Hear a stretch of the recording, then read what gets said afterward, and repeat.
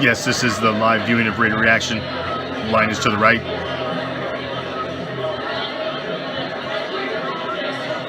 Yes, sir, this is the Raider Nation report. Correct, sir. Line is to the right. Yes, ma'am, we do have a VIP list. Line is to the left for VIPs. If you'll give me your name, I'll check and see if you are on the list, ma'am. Yes, ma'am, we do let VIP in first. Correct.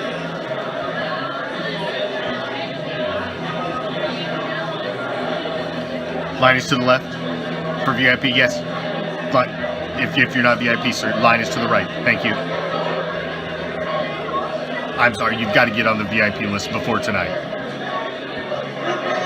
I'm sorry, sir. I just work here. Please take your spot to the line. To the right. Thank you.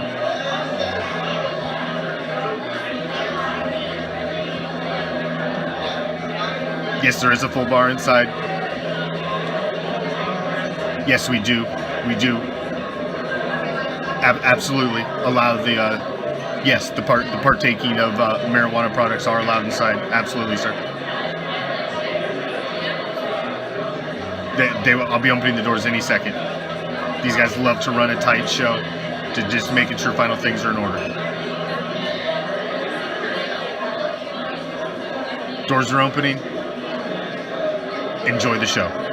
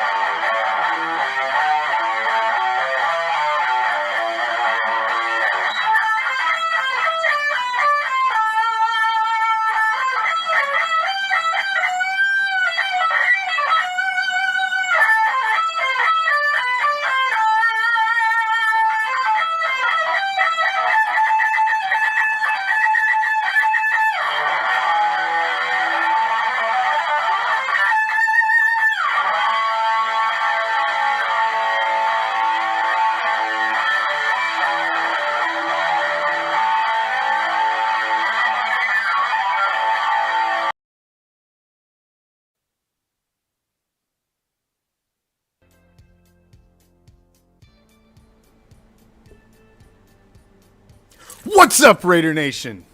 I am the Commish, coming to you live, as always, from the friendly confines of Hardcore Challenge Live Studios. And just where is that, might you ask? Well, it's been an extra long fucking weekend. I know you probably got faded, been into the adult beverages, been out in the fucking sun, bleached your brain. So, let me give you some simple directions. Shall we? We're just down the street, past the house with the boarded up windows. Make sure you stop at the corner and ask our man Joe. He's a gentleman, he's a scholar. Man, it's been a long weekend for him. You see, he drains shit. Slipping what you should. He's gonna point you in the right direction. He's gonna tell you to take a left and then a right. And as you find yourself strolling down the street, minding your own goddamn business, you're gonna pass this deep, dark alley to your immediate right. And as you pass that alley, this cool breeze hits you that chills you right to your skeletal core. And you find yourself asking, was that the autumn wind? Oh, you goddamn right. Should you venture down that deep, dark alley? Well, of course you should. Because what you're going to find at the end is that special little place that we like to call deep behind the enemy line. This is Raider Reaction. And as it is every freaking Tuesday, this is the Raider Nation Report. With yours truly, a solid 60 minutes of everything silver and black. And man, there's so much to get into. I mean, right after the show last week, the Kaepernick news drops. We talked about Cleve Farrell as being one of the guys pegged as a breakout last week. Now there's trade talks about Cleve going to the fucking Birds, the NFC Greenbirds. Nadam Kasu there's just so much going on right now. There's so much going on. We appreciate each and every damn one of you joining us. Bill, Chad, glad to have you back, brother. Corey, Guzman, everybody. Thank you all. Michelle, Lines, every damn one of you. All you regulars and anybody that's just happened to stop in periodically. We love you, even if it's only 1 second, a blue moon that you stop in. Any second you spend with us, we appreciate it. Here at Raider Reaction, we absolutely do. It's off season, man. It's the fucking last day of May. And if you're tuning in on a fucking Tuesday night to find out about Raider football, then you're the type of person that should be watching, because you're a fucking diehard just like myself, because it's off season. You got NBA playoffs going on. You got NHL playoffs going on. You're knee deep in fucking baseball. But what do we really care about? What makes our heart pump? It's silver and black. It's silver and black. I'm the same goddamn way. You know, shit. I'm enjoying the NHL playoffs. I'm enjoying the fuck out of it because my team's about to go for 3. But that's enough of the foreplay. We got some silver and black to talk about. We got a rundown for you. We've got Nadam Kasu talk, used car talk, got pushed up to the fucking front like a motherfucker over the last week. Little Waller, pegged at number 3 by Pro Football Focus. We're going to talk the Raider fucking running back tree.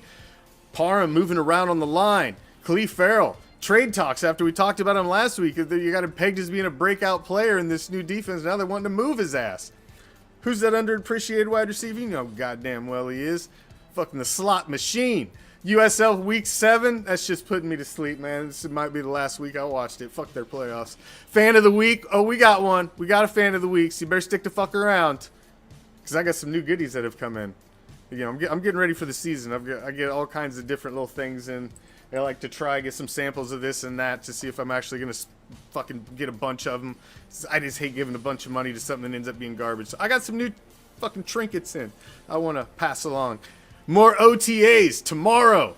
And of course, got our Madden League still going on. We're in what, week 11, week 12? I got a big fucking match going next. Whew. I think he's only lost once. Has he lost once, I think? Once, or maybe not even lost at all. Me and my JET-ets got a tough one next. And fights, if you haven't watched the fights on Saturday night, I don't know what the fuck you guys are missing. The last couple have been fucking fire. And the one that's pinned to the top of the page right now, you gotta go watch that shit. That's fucking 15 minutes. It's gonna make your sides hurt, and gonna make your face gonna hurt from smiling. That shit's hilarious. Alright. Let's get into it. That's enough of the foreplay. Nadam Kasu. Nadam Kasu, I just want him to sign him so I can say Nadamka all the time. I just want to be able to say it more on a weekly basis. It's just a badass name. Nadamka. Nadam Kangsu. It's just a bad motherfucking name. But dude, Sue has been attached to the Raiders for like the last couple moves of his career, honestly. He had the move when he left Miami. There was talks about him coming over. When he left the Rams before he went to the Bucks, there was talks about him coming over. And, you know, there's even been a couple of talks about him while he's with the Bucks, because I do believe they re-upped him once. This dude's 35 years old. I mean, let's be realistic. First things first, he's 35 years old. So you got to start there. 35 years old, but the dude is a fucking animal. He's 35 years old, and this guy has played in 16 or 17 games. Basically, every game of the season he has started. Every fucking game except for 2011 when he only started 14. This dude doesn't miss games, man. He's 35 years old, but he's fucking there. He's always there. They went and signed Akeem Hicks. The Bucks did. So they're saying Sue is going to be out there. And, you know, tomorrow's the first. It's that magical day where you free up more money in your salary cap. And there's been some rumblings that Sue could be one of the guys that gets signed right away. The move by the Bucks today pushes it even more into the conversation of reality. The Raiders want a splash name, I think, on that defensive line in the middle. This guy gets it done, man. This guy has over 70 career sacks. I mean, last year, he started all 17 games for the fucking Bucks. What do you have? He had 6 sacks, 7 tackles for losses. Not his most stellar year, but the dude is there. The dude is there. Yeah, he's a little mental. He was a little mental when? When's the last time? Now, I get it. The guy's got a fucking bad rap about fucking being a mental case. But honestly, go Google search. When's the last time you heard of a story like that? That's been quite some time ago, man. That's been quite some time ago. I mean, most of his issues were back when he was in Detroit. It was a little bit of an issue when he came at the beginning at Miami, but he's been basically a model citizen for 3 years in Tampa Bay. He hasn't had any issues. He's got a ring now. He's been part of a champion. I mean, he really didn't have those issues. I agree with you. You give me 7 years ago, Ndamukong, I don't know. It's a possibility, Wes. It's a possibility, brother. It's a fair statement. I mean, the guy has some fucking screws loose, and you know them screws have only gotten looser over time playing this damn game. So, I mean, it's a fair, you know, when's he go fucking haywire? I mean, it could be with the Raiders, but I think he's hit that point in life where, you know, he's just gotten a little older, he's a little more long in the tooth, and I just don't think he's that guy anymore. I don't think he's that loose cannon like he was. So, Ndamukong, I'm all for it, man. If you can get him for the right price and you can work it in, I say you fucking bring him in. You bring him in, you run his ass through camp and see what you got. See what you got. Nothing says you got to keep him. You know? Release his ass. If he's not what he says he's going to be. I mean, he's 35 years old. But if he comes in with the fire of even a fucking 80% Ndamukong, he's better than damn near anything else we got on the defensive tackle spot. I agree with Chad. I think he fits right in. He is the pedigree, old prototype defensive Raider guy, man. He's a fucking Bill Romanowski. He's a Lyle Alzado. He's a guy you pulled in off of another team who was cast off. He's fucking crazy. You can't fucking control him. You can't corral him. You can't make him do what you want to do. You can't do this. But you put him in silver and black, and he just goes out and he kills for you because he's one of yours. Could he be one of those guys at the end of his career? He just wants one more. He just wants a fucking team that'll let him be him and just go out and fuck it. I think it's worth a shot. I think it's worth the gamble. I say throw some money at fucking Ndamukong, bring his ass in. What? Why not? Fuck it. To me, you're loading up. You're doing like the Rams did last year, like the Bucks did the year before. Fucking all in, man. All in. This is a playoff team from last year. You went and changed every single fucking thing that's wrong. Fuck it. Roll the dice on him too. Roll the dice on a defensive tackle. It's been a position of need for a goddamn long time. I say fucking do it. I say fucking do it. If you can do it, do it. That's right. Listen, you want to call him a dirty player. But that's a good point. If Ndamukong picks up fucking Patty Mahomes, slams him on the ground, puts a fucking cleat in his chest, grinds it, and walks over the top of him, are we going to call him a dirty player? Or are we going to be waiting out in the parking lot to carry him off like the king he should be recognized as? We're going to be waiting out in the parking lot to throw him on our shoulders and carry that motherfucker off. So, dirty's all of a point of perspective. Sure, he was dirty when we were looking at him as a Detroit Lion. If he goes and shreds AFC West quarterbacks, fuck, I love that guy. Come on, I don't care how he gets it done. Fucking rip a helmet off and smack a motherfucker with it. Go old school. Fuck it. We don't give a shit. Whatever gets that Lombardi trophy. That's all that really matters, ain't it? Come on.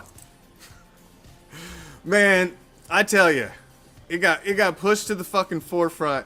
We talked last week, and I'm like, you know, everything's just, this is hunky-dory. There ain't nothing going on the used car front, man. It's fucking smooth sailing out on the car lot. We ain't got to worry about nothing right now. And man, the next day, fucking nuclear bomb.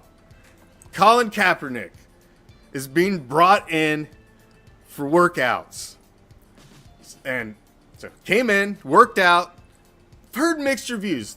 Immediately after the workout, I think, which was probably the best story, so they led with that, was, Oh, he was kind of impressive. He looked like he'd look good. Heard good things about the workout. Of course, that's the story you want to lead with because that's going to create the biggest buzz. If you came out and said, hey, he looks like shit, it's no story, that doesn't drive clicks. That doesn't sell anything. So you knew that they were going to lead with the most gray story that they could. And that was that he looked good. I haven't seen any film of it, so all we really have to go off of is speculation at this point. I don't, myself, here's the thing. Political or what, any of the other shit, I don't touch none of that shit with a 50-foot fucking pole. So, on that front, that shit doesn't bother me. It really doesn't. I'm not that soft. I'm not that type of guy. That shit doesn't affect me. It's all about what you can do on the football field. Because trust me, there's a lot of these motherfuckers that I don't believe what they're fucking squawking either. Okay, most of these guys on the fucking field, I don't buy what most of them are squawking. I'm not, so it is what it is. Everybody can have their own fucking agenda and go to their own fucking church and pray to the fucking the spaghetti monster, whatever the fuck you want on the weekend. I don't give a fuck. That doesn't matter to me. I don't go around preaching my beliefs to anybody. So fuck it. To each their fucking own. That has nothing to do with my decision about him. I'm looking at Struley as fucking football eyes, man. And football eyes to me is Colin Kaepernick was a quarterback who played in a Super Bowl and was dynamic for about one fucking season. And then a whole bunch of other teams tried to do the same shit that the Niners did. The fucking running quarterback was the vogue thing for a fucking minute. And every fucking NFL fucking defense and every NFL defensive coordinator in the fucking league figured that shit out with a fucking quickness. And then he wasn't shit anymore and he lost his job to fucking Blaine Gabbert and was sitting at the end of the bench. That's reality. Okay? That's reality. Now, I'm also willing to look at reality of that there is nothing more dangerous than a man that is backed in a corner and only has one shot left. And he knows that he only has one shot left. And when it comes to athletes like that, sometimes that brings out the lion in them a little bit. There's a lot of athletic stories across all sports of guys who were considered down and out, Jim Plunkett type stories, man. First overall pick, fucking, into the fucking bench, and now you got his shot because of injury. There's all kinds of stories, man, of that. So, I'm not counting the guy out. Bring him in for a workout because he's been training for seasons. He ain't been getting hit for seasons either. Okay, he's been training, he's been working out. He's gotten to the end of all that other bullshit. He knows it's his last shot. He knows he can't come in and fucking cause a storm because his ass will be out and he'll never ever get a shot again. So I think he understands that he's gonna, if team brings him in, he's gonna have to be on his fucking P's and Q's. And he's gonna have to be just the perfect model teammate. You gotta look at what, I wish there was tape, man. I wish there was tape so we had a really great, an honest judgment of what happened there. Because unless he was stellar, and unless he came out and he just wowed you, I don't know, man. You got Nick Mullins, you got Stidham, you've got the fucking kid from Cal that you went and brought in as an undrafted free agent. Carr is fucking, he's the Iron Man back there. He never misses fucking games. I just don't know if you need to take that gamble. I don't know if you need to take that gamble, and I don't know if it's best for the franchise in the long run. But it all comes down to me, to the talent assessment of what you've seen on the field that day.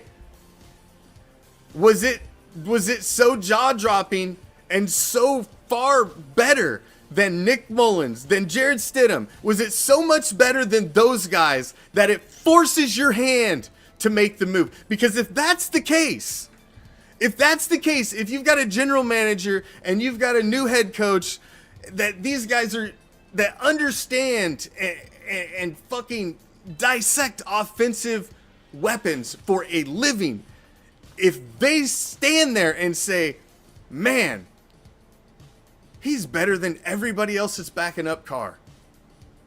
And if it's just not even an argument, then fucking put all the other bullshit away. It's the best thing for the fucking team on the field, and fucking then let's do it. But if he was not, and there is a fucking ounce of doubt that he's not as good as any other backup that you've got on the bench, then fucking don't even go down that road, man. Then just don't even go down that road, because it's not worth the drama and it's not worth all the other bullshit that you're going to bring along with it. But if he's that good, and he looked that good, that you can't help but make the move, then I'll understand it until we see otherwise. But man, you're going to have to come out and say that to me to sell it to me. Is he looked so good in his fucking tryouts, we just could not bring the guy in. Because that's the only way I can buy it. It's the only way I can buy it. Because regardless, Dennis said it best. Whatever's best for the Raiders, baby.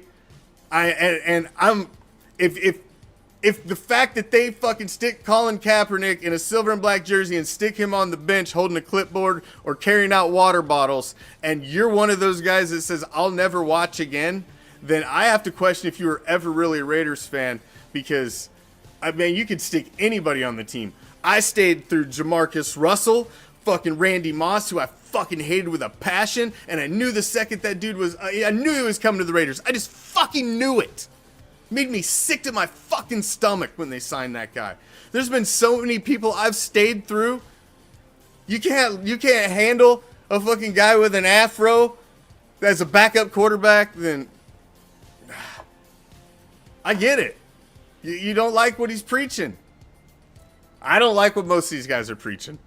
I'm just saying. Can you read a fucking defense? Can you get a first down? Can you help us get to the postseason, baby? Other than that, I don't give a fuck about his shoes. I don't give a fuck about any of that other shit. It's all about football to me. That's all I care about. God damn. I tell you, right after the show, the next day, I'm just like, motherfucker, where was that? Why didn't you give me that the fucking day before? Exactly. Robert Gallery, my boy from Iowa, man. I got all kinds of fucking autograph shit from Robert Gallery, man. It broke my heart, Robert Gallery. Fucking small town farm, fucking Iowa boy. Fucking busted ass, man. Signed a paper plate for me in the fucking aisle at Costco. You know? Fucking, dude.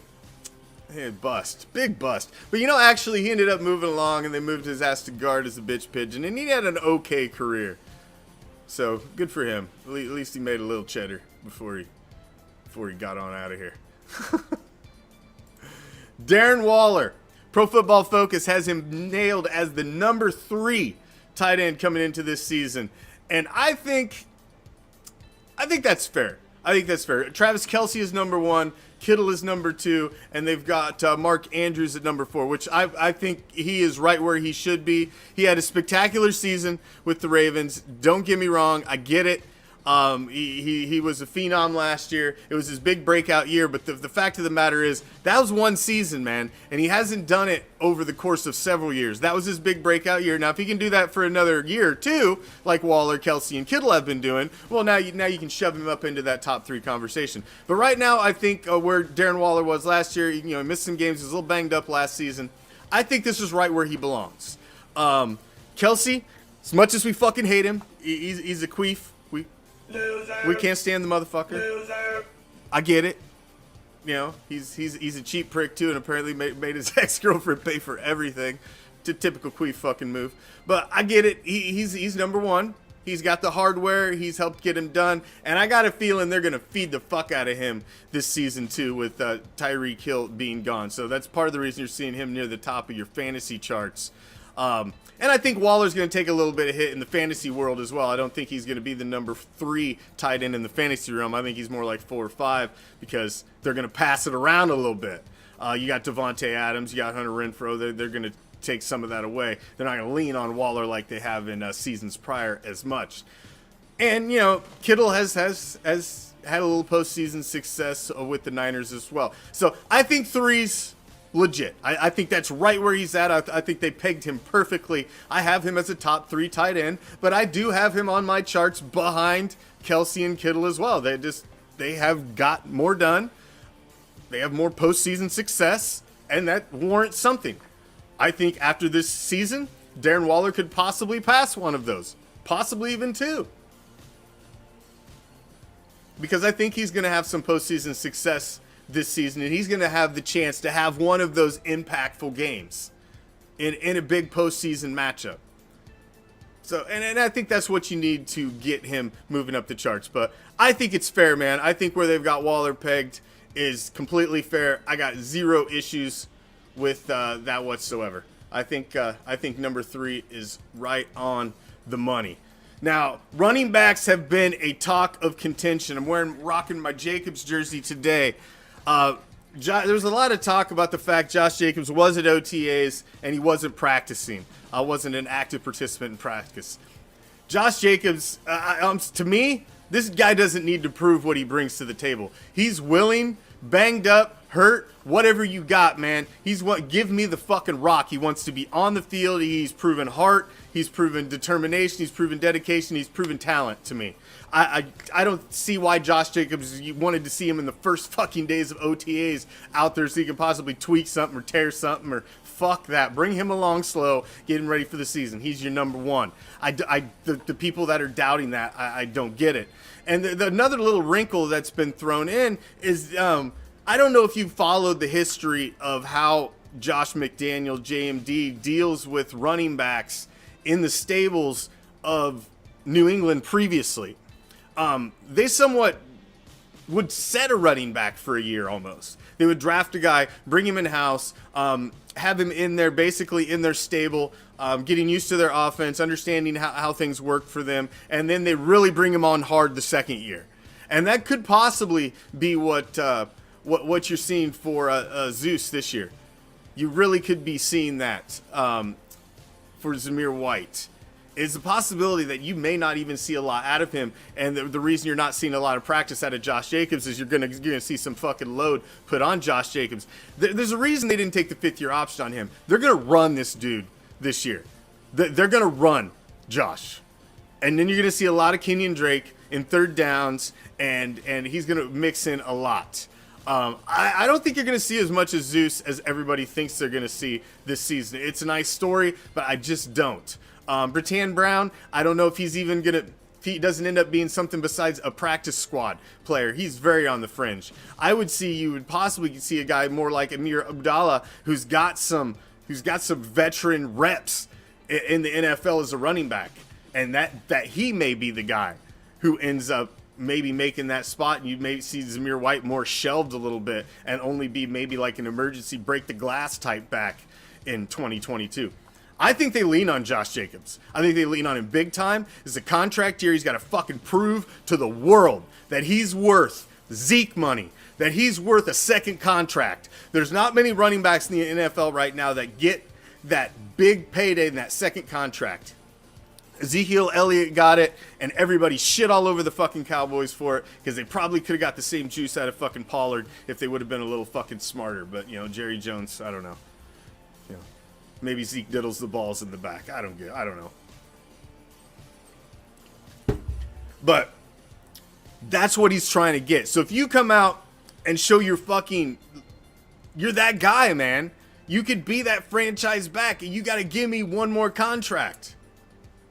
I think you see that out of Josh this year. I think you see a career year out of Josh Jacobs. You can call that my fucking, what is that? Your bold prediction or whatever the fuck you want to call it. But I think Josh Jacobs has a huge year this year. I really do. He's not been motivated by money. He's just been motivated by wanting to be the best. Now he's motivated by wanting to be the best and wanting to get fucking paid and set up him and his fucking family for life. And man, Josh has had a hard road to where he's at in life. And I just don't think that the fact you're throwing one more challenge out there for this guy, you're throwing one more challenge out there in front of Josh Jacobs and saying, yeah, can you get to that second contract? Can you be a 1,000-yard rusher again? Can you be our bell cow back? Can you fucking tote the rock? Can you get us to the postseason? And I bet on him.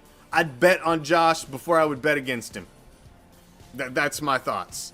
But I don't know if you're going to see as much Zamir White this season as everybody thinks. And I think that could be one of the shocks that possibly happens in 2022. You know, Raider Nation has a tendency to get very excited about guys that are picked up in the draft, if you haven't noticed. And, a lot of these guys don't pan out. It's just the reality of the matter. You can be excited about them all they want. We were all excited about Obi Melifanu once upon a time, too. Remember that? And Shalom Lawani and all kinds of other motherfuckers that didn't end up being jack and shit.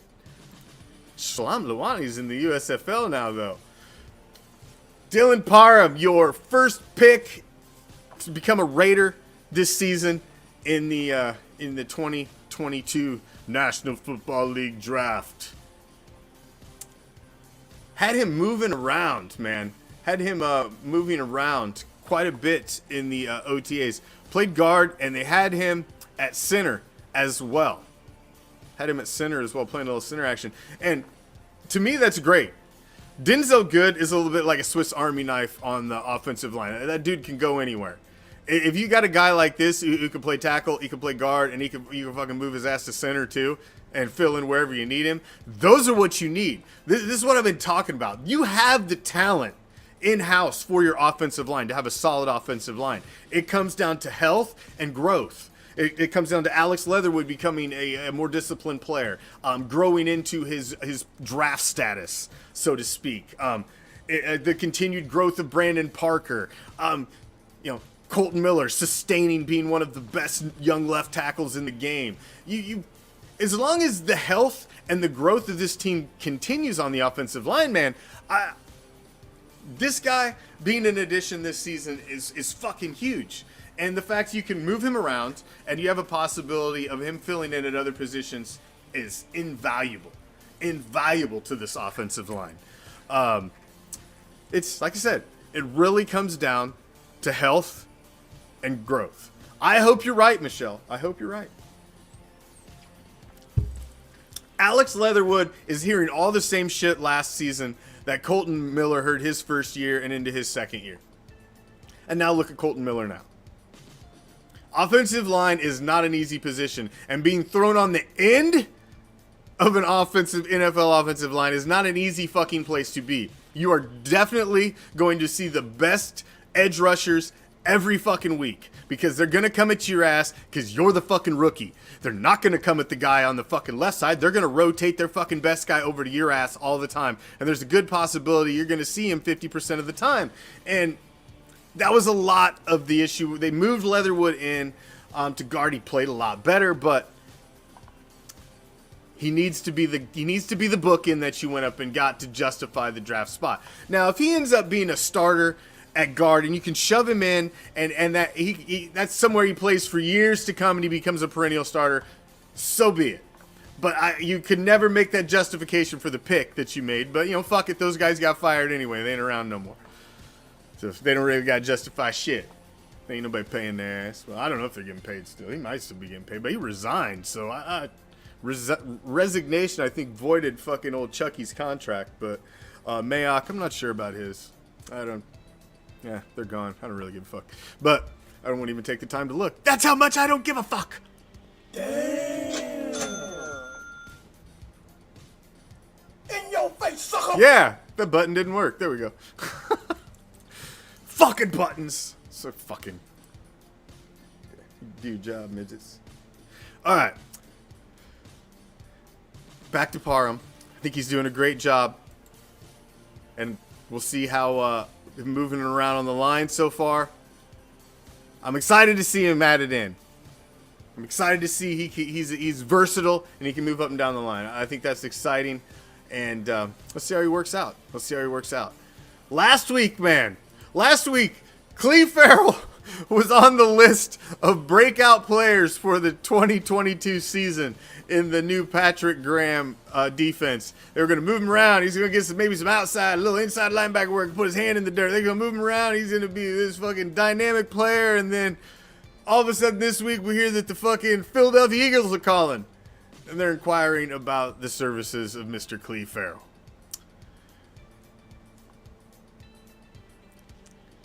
If you can bring in Ndam Kasu and Cleve Farrell is he's your collateral damage, I say pull that motherfucking trigger. Okay, boss. I say pull it. I say, but well, it was last year too. I know. We've heard that ever since he was drafted with the 4th overall pick. And we're all like, who? What? What? Cleve Farrell? Yeah. We all had the confused dog look. Number 4. First round. 4th overall pick. Guy hasn't even hit double-digit sacks yet. Mad Max did that in a year. So, what do you want for Cleve Farrell? You want a 3rd? You want a 4th? Are you going to get more than that for Cleveland Farrell? I mean, realistically, the fact he was a first-round pick means jack and shit. He's got a track record now of fucking 3 seasons of really, less than 10 sacks, man. For the guy who was supposed to be your new edge presence. Supposed to be your replacement for Khalil Mack. I'd say a 3rd or a 4th. Get what you can get out of him and get Sue. Get Sue. Let Cleve Farrell go and get Sue. If somebody's interested in him, I mean, if you really think he's going to be that breakout star this year, and in your heart, you think he's going to be that breakout star, I guess give him one more year. But I think the best you can get out of him is a 3rd or a 4th. And if they'll give you a 3rd or a 4th for Cleve Farrell, you absolutely make that fucking move and bring in Ndamukong Suh. I think it's a no-brainer. I'm sorry. The stats just aren't there, man. Less than 10 sacks career. Just aren't there. One of the most underappreciated wide receivers in the league. You still know that because if you're a Raider fan and you talk football with anybody else, see, I'm the Commish of the Hardcore Challenge. That's how I got the fucking moniker of fantasy football. I've ran fantasy football leagues for decades, and I've ran one called the Hardcore Challenge for the last 14 seasons. It is the epitome, the pinnacle of fantasy football competition. There is no league harder than the Hardcore Challenge. There's 32 teams, 2 conferences, a place just like the National Football League. It is the pinnacle of fantasy football competition. Well, I have, it's a hybrid fucking dynasty fantasy keeper league, and so I've got guys that I have to keep year to year, and I was, I'm talking to, random people, and Hunter Renfrow is one of the guys I'm debating on. They're like, oh, Renfrow, here you go. I'm like, dude, do you have any idea what he did last year? Motherfucker got 103 fucking receptions. I mean, the dude was a 1,000-yard receiver. It's just like, nobody knows this guy outside of Raider Nation. It's strange to me. He's like this. So, I mean, you should take advantage of that. If you're a Raider fan and fantasy football, man, you get all up on Renfrow because I think he's going to have a fucking big year again. And he's flying under the radar. Nobody's looking at him if you're not a fan of the silver and black. It's just crazy to me how a guy can go out and catch 100 balls and nobody knows who he is. Because he doesn't look like DK Metcalf, or, he's not as fast as fucking Tyreek Hill, or, he doesn't have a fucking shoe line, or... He's a slot machine, man. And they're going to learn. They're going to learn real quick. And I think this year, he is, he's going to have a huge year again. And I think everybody knows his name by the end of this year. That dude just works. That dude just works. He's got that wiggle. Man, he'll put 3-4 cuts on your ass where most guys are putting 1. He's just got that wiggle, man. He's just got that wiggle. He just loses your ass. You're tripping over your own feet. I've seen him put some moves on guys. It's just sickening. Just sickening. Absolutely. The most underappreciated wide receiver in this league is Hunter Renfrow by far. I can't wait to see him with Devontae Adams and a healthy Darren Waller and a fucking running game. And, oh, man. With a new dynamic offense, because I really believe JMD is going to bring a new dynamic offense in that is going to fucking really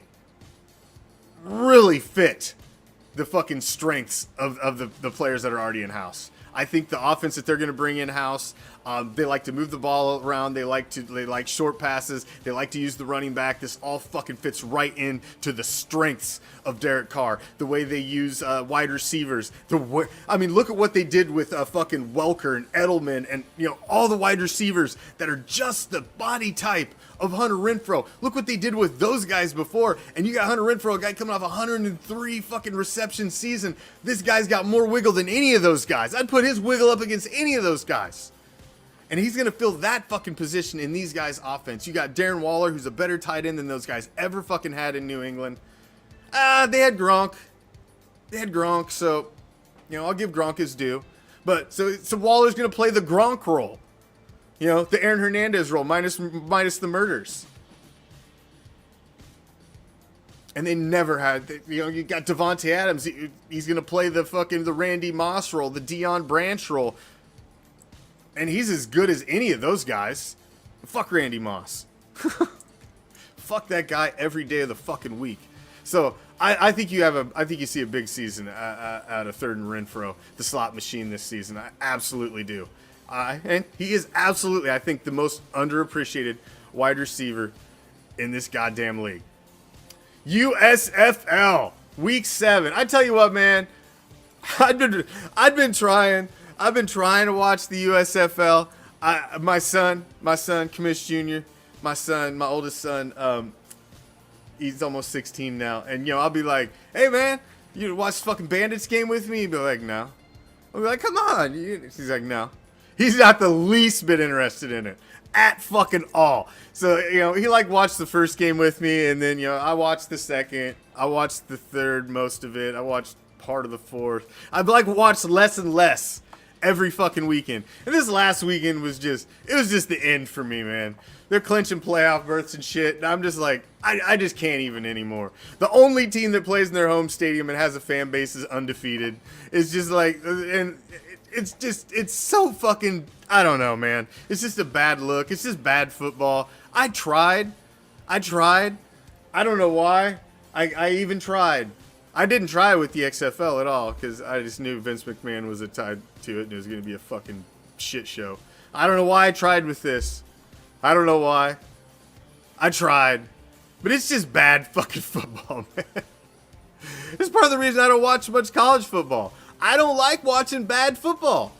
I don't like watching bad football. I just don't. I like watching professional athletes. I like watching football at the top of the fucking craft, man. I like watching fucking professionals that are making fucking big money, that have fucking worked their way through their whole fucking career to get here. The pinnacle of the sport. That's what I want to watch. I'm sorry. I ain't got time for all the rest of that shit. I'm a busy guy. That's what I love. And that's what I want to watch. And feeder leagues to me, you'll never form a fan base because any guy that's worth a shit is going to get picked up by the NFL. So, you sell some jerseys of them one season, the next season they're in the NFL. And so every year that you may find somebody, they're not going to help you for years to come in your fucking feeder league. They're going to get picked and they're going to be gone. So how do you ever sustain anything? It's just not a sustainable product to me. It's just not. You're never going to keep talent in your league. Talent that comes in your league will automatically rotate out at the end of the year. And it won't come back in. So how do you sustain it? It just doesn't make any fucking sense to me. It really doesn't. But, I guess. Fucking bunch of college-educated motherfuckers, with fucking fancy paper on their walls that paid a lot more for that than me. Or, making these brilliant fucking decisions. Like, it's gonna work. We're gonna make money at this. No, you're not. No, you're not. No, you're not. You're not gonna make a damn fucking penny. You're gonna be ass out, booty stinking in about 2-3 seasons. Bet. If they make it through a third season, I'll be fucking goddamn amazed. Goddamn. It's that time of the show, ladies and gentlemen. It's that time of the show where I can't find the right button. There we go. We turn the spotlight off of us, we put it back on you. Everybody who has been fan of the week waiting on their goodies. You should have started gotten your goodies last week. I know Corey got his. I know John and his wife had gotten theirs. I hope the other folks had gotten theirs as well. But it should all be arriving. The only one that is not on the way is Brian's, and his will be on the way soon, along with the winner this week. If you want to be fan of the week on Raider Reaction, it's really damn easy, man. You nominate yourself.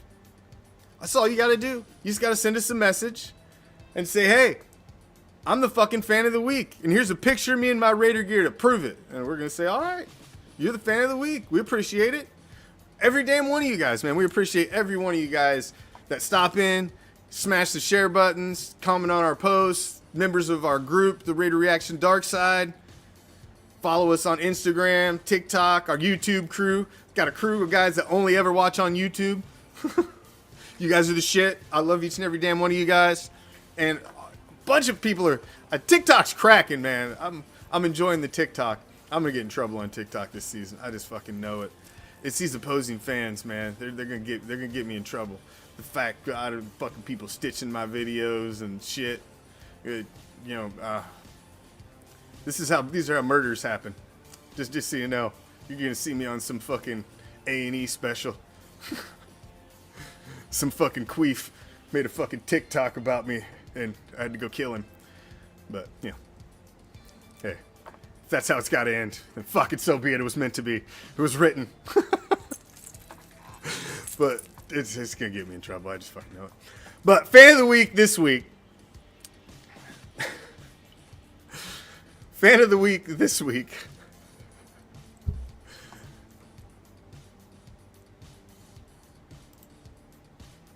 Rocking his silver and black with his lady there, Mr. Michael Hensley. We appreciate you supporting Raider Reaction as we appreciate every damn one of you guys, man. We appreciate you all. Michael, please send us your information to the Raider Reaction Facebook page, and thank you for supporting Raider Reaction. I mean, we see you guys' names. We know who's watching. We know who's commenting. You'd be surprised. I comb basically every social media outlet daily. I try to like all the comments on TikTok. I try to like all the comments on Instagram and Twitter. Facebook's a fucking beast. I can't keep up with Facebook half the time, but I do see all of your comments on Facebook. I don't always get to interact with all of them because there's so much shit going on in the group and everything else on Facebook. But definitely Instagram, Twitter, and TikTok. I try to acknowledge every fucking comment on there.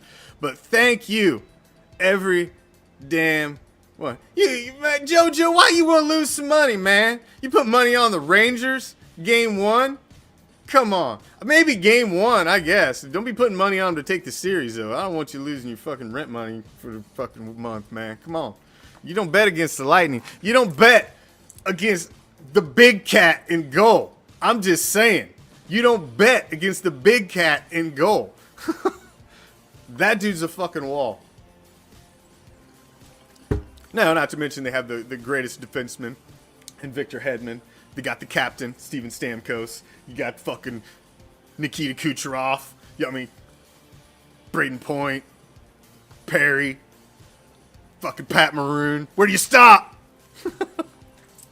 Best guy. 3-time. You watch. They will be the most recent dynasty in professional sports by the end of the fucking month. You watch. Michael, thank you for supporting Raider Reaction. You are our fan of the month, man. Send us your info. That's enough for Lightning Talk. I'm excited about the Eastern Conference Finals kicking off tomorrow night. I'm stoked about that shit. I am stoked. I want another motherfucking boat parade. I want a motherfucking boat parade.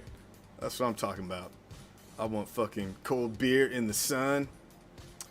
Fucking Stanley Cup riding around on jet skis. That's what I want to see.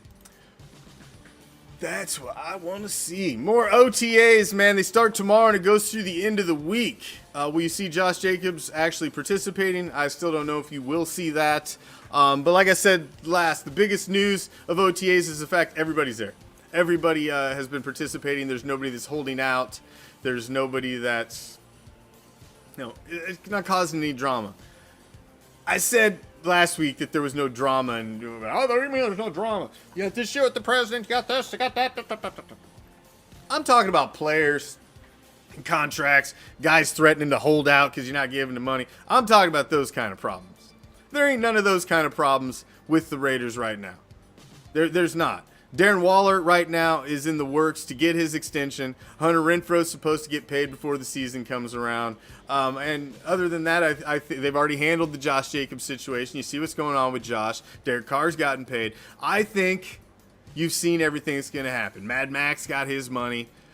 I think the guys that deserve to get the money are going to get the money. There's a couple guys they put out there with prove-it deals. The Carr deal's still kind of a prove-it deal. Josh Jacobs, they dumped the prove-it in his lap. So I think you're going to see a little on multiple fronts. But basically, everybody knows where they stand. And really, that's it. I think that's really all you want as a man. You want to understand where you stand in the position with your employer. And I think everybody knows where they stand. And that's why I think you've got smiles and everybody's happy in OTAs right now. It's just time to get to work, man. This team knows what happened last year. They know where they're at. And I think you see the fruits of that this season. I think you see the fruits of the continued change. And the fact that this, as much shit as Mark Davis catches, man, he makes moves. And he puts his money where his mouth is. And, you know, this didn't work. He went out and tried to get the next best thing. You know, if the shit doesn't work, at least you say he's trying. He's not trying to not address the problem or to ignore the problem. He's addressing the problem. You know, he paid John Gruden $100 million contract to come in and try and fix shit. I thought it was a mistake at the time, and it ended up being a mistake. But at least he put his money where his mouth is, and he went with his heart. It was wrong, but I don't fault you for that sometimes. Sports is a big gamble, man. You're trying to make a lot of things fucking connect and work for one common goal. And it can just be one thing that doesn't click. One thing. You just got one piece wrong. How do you know which piece it is? It's a very complex thing. That's what I'm saying, June 1st. Some things are going to happen tomorrow. Some things are going to happen. Man, if you haven't been following along, we didn't have Madden Monday last night, but we will have Madden Mondays coming up the next week, that's for sure. We're knee deep. I think we just went into week 12 in our Raider Reaction Offseason Madden Challenge PlayStation League. I'm sitting at 6-4. I got a big matchup with Brian, Raider Nation out of California, with his Texans. I think they've only got one loss. I got a huge fucking matchup coming my way this week, so we'll see how I fare. My Jets are only sitting at 6-4, but we're holding first place in our division. So still looking at the postseason maybe, but I've taken some on the chin, that's for damn sure. So that we're knee deep in that. So we'll be having some more of that action, doing live game calls on the page. Just didn't have any yesterday because of the holidays. And if you haven't been checking out Raider Reaction Saturday Night Fights, is every Saturday night, same Raider time, same Raider channel as the rest of our shows, 7 p.m. Pacific, 10 p.m. Eastern. And the blood flows on your Saturday nights, man. We are counting down the classic Raider Reaction Saturday Night Fights all the way to Raider Reaction 24. And then we're premiering the brand new Raider Reaction Saturday Night Fights 25. It's all new production. It's totally brand new. We learned a lot through the ones we did seasons ago, and these just keeps getting better, man. If you haven't watched the last several, they're fucking great. And the one we got pinned to the top of the page right now, I'm telling you, man, all 4 of those fights are phenomenal. All 4 of the fights from the week before were phenomenal, and the week before that were fucking great too. So you go back and pull those. Click on the video tab at the top of the page, man. Those are great. But every Saturday night they air, so make sure you check them out. They are. They're a little slice of fucking awesomeness, I would like to say. They're a baby of mine, and I think you'll appreciate it. If you're here, you obviously have somewhat of a sense of humor close to mine. Otherwise, you probably wouldn't still be here at this time of the show. But, so that's what I'm saying. You should check them motherfuckers out. They're good. The Redneck Hobbit fight, man. That was some shit. And man, if you like some high-level jiu-jitsu, this last match, one of the matches, I think it was the co-main event. Nasty. The main event was the shit, too. They were good fights. Now it's time. We got to wrap this up. Got to wrap it up. It's that time of the show. Got to get little things off our chest in the show. What's up? A little segment that we like to call the WTF. Call me old school Raider Nation, old school Raider fan, just old period, I guess. Fuck, that's what my kids call me. Whatever. I don't care. I don't understand this new wave of fandom where you embrace and you fraternize and you all hold hands, sing Kumbaya in the fucking tailgates, and you embrace the opposing team. You're welcoming them in. You're having little ceremonies where you're welcoming the super fans for the fucking opposing team in, and you're doing little shows together, little TikToks together. I'll do one for you, and then you do one for me, and then I'll do one for you, and then you do one for me. And when did that become the thing?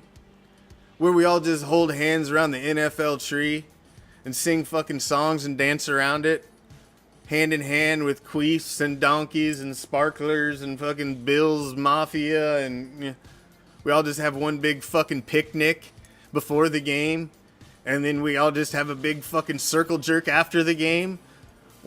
When did this become the thing? Where now you've got some new fucking club where you to be an elite super fan or some shit. When did this become a thing? Where you're now you're not even allowed to dislike the other fan base? We're that soft now as a fucking world, as a fucking race of people, that you can't even hate the opposing team anymore and their fans? Is that what I'm trying to get? I don't understand it. Every time I see it, like, hey, can I take a picture? No. Fuck you. Fucking Ronald McDonald looking motherfucker. I ain't taking no picture with you. Eat a soft dick. No. What the fuck? Soft. It's gotten soft out there. Like some fucking Dairy Queen ice cream. You left at 100-degree temperature. It got soft. I don't understand it. Call me old school. I like to still believe there are people out there like myself that have hate in their heart for opposing fan bases. I know they're still out there. I know you are. Thank you for joining us, each and every damn one of you, man. You guys are the shit. We are live here on the Raider Nation Report every Tuesday night. Wednesday, I'm not sure what we'll have running tomorrow night. I've got a show that's going to be starting on Wednesday night soon that may be ready for next week, but it won't be ready for this week yet. Got a new show, Raider Nation, the Raider Nation Road Show. Raider Reaction Road Show. Something I haven't even fucking decided what name it's going to be. Something Road Show. But it's going to be involved in my collections, picking up shit, Raider collection, collectibles, all that type of shit. A little more behind the scenes in the studio, collectibles, all silver and black related, of course. Of course. But of course. Thursday night, I will be live on TikTok, man. And if you weren't on TikTok last week, you got off the fucking chain. I need some more Raider Nation in there that have my back. I was dealing with Bills fans and Bengals fans like a motherfucker last week, man. It like tied up like half the show. So you guys got to help me out in the comments on TikTok Thursdays. 7 p.m. Pacific, 10 p.m. Eastern. I'm live, taking all questions and comments live. Dude, there's no forum, man. I just show up and turn it on. So tomorrow night there, and then Saturday night fights, man. Don't forget about it. Black Fridays are coming back soon too. Just working on the production of some of these shows that are popping back up in June. So we got new things coming. I know you've seen that subscriber button too. I'm about to let you know what that's all about in the very, very near future. Somebody actually clicked it and became one anyway, just because they were so curious, and they will be rewarded for doing so. Oh yes, they will.